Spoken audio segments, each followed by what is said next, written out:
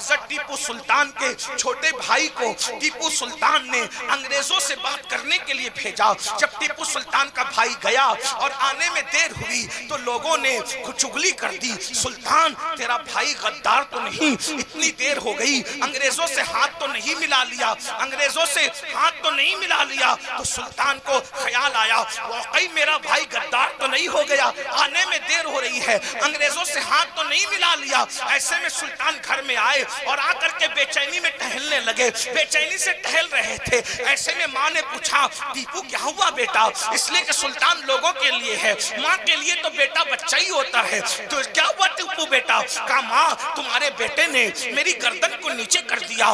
माँ को गैरत आई, माँ उठ करके खड़ी हो गई, क्या बक रहे हो, मेरे बेटे ने गर्दन क्यों नीचे कर दी? कहा माँ अंग्रेजों से बात करने भेजा था, गया अभी तक नहीं आया, लोग बातें कर रहे हैं कि सुल्तान का भाई गद्दार तो नहीं, मुल्क का सौदा तो नहीं करके आया है। माँ ने कहा खुदा की इज्जत की कसम, माए सुन लो, टीपू सुल्तान की माँ ने कहा खुदा की इज्जत की कसम मेरी कोई औलाद न मुल्क की गद्दार हो सकती है न मजहब की गद्दार हो सकती है, तुम्हारे लोग झूठ कहते हैं सुल्तान।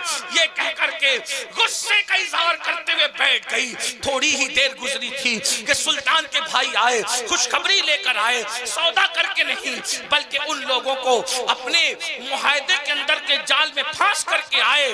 माँ को सुल्तान ने कहा माँ मेरे कदम लड़खड़ा गए, मगर तुमने घर में बैठकर इतने यकीन से कैसे कहा कि तुम्हारा बच्चा मुल्क मिल्लत का गद्दार नहीं हो सकता?